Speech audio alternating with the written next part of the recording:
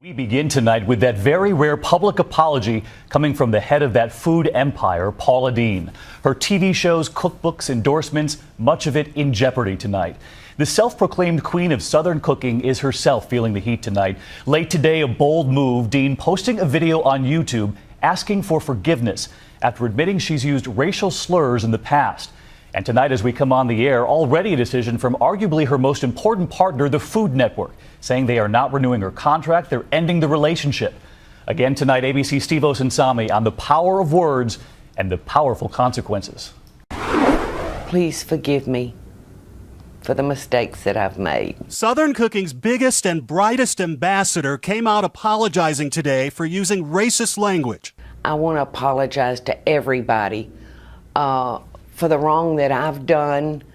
I want to learn and grow from this. Inappropriate, hurtful language is totally unacceptable. She first put out a short, edited statement online, but then replaced it with a longer, unedited apologies. Your color of your skin, your religion, your sexual preference does not matter to me, but it's what in the heart. 1 tablespoon of butter. She started this fire on her own in newly released deposition transcripts from a lawsuit filed by one of her former employees.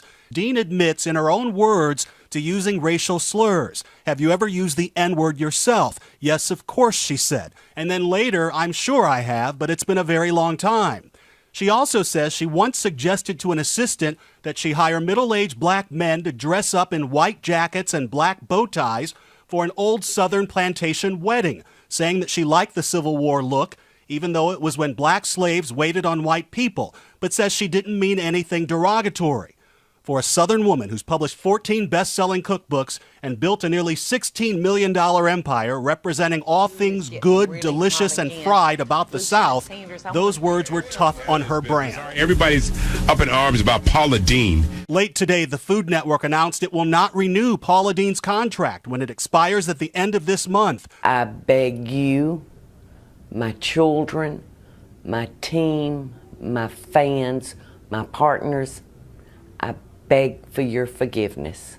The big question now for Deen is whether her apology is enough. Losing the TV show, a big platform, could be just the beginning, unless time heals the wound. David? Steve Osunsami leading us off tonight. I want to bring in ABC's chief legal affairs anchor and the new anchor of Nightline, Dan Abrams. And Dan, this began with a case that few of us had heard about. This is why they say everything you say can and will be held against you in a court of law. That's exactly what happened here. And this is why very often high-profile people will settle a civil lawsuit so that they don't have to be deposed and face this kind of questioning. You covered a lot of these cases, the regret involved. Paula Deen has a lot of fans, but this is a big business, too. That's right. So there are 2 avenues here. First, there's the corporate avenue, and there she's got problems. You already see the Food Network is pulling back. She's got sponsors. I think she's going to have real problems there. The question is, can she get her fan base back? That's going to take some time. Her apology at the beginning of the day was very weak. She had big problems with it. By the end of the day, came back with a much more vigorous apology. We're just going to have to see. All right, ABC's chief legal affairs anchor, Dan Abrams.